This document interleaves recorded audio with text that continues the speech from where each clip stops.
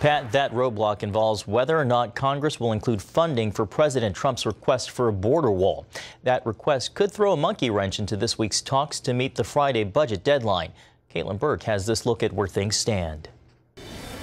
It's shaping up to be a tough week on Capitol Hill. The deadline to avoid government shutdown is Friday night. President Trump wants funding for the border wall between the U.S. and Mexico to be included in a spending measure that would keep the government open.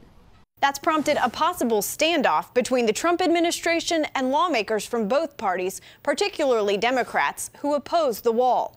I don't think he said he was going to pass billions of dollars of cost of the wall onto the taxpayer. To think that he would consider shutting down the government of the United States of America over this outlandish proposal of a border wall. I think that's a fight worth having and a conversation and a debate worth having for 2018. But we cannot shut down the government right now. We want our priorities funded, and one of the biggest priorities during the campaign was border security, keeping Americans safe, and part of that was a border wall. And there's more coming from the president this week, as the White House is also planning to release the outlines of his tax cut plan to boost the economy.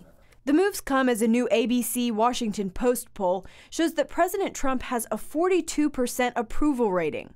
That's the lowest of the last 13 presidents at this point in their administrations. But the poll wasn't all bad news for the president.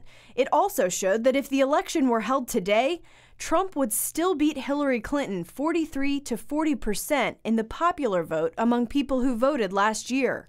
Trump responded to the poll on Twitter, posting, "New polls out today are very good, considering the media is fake."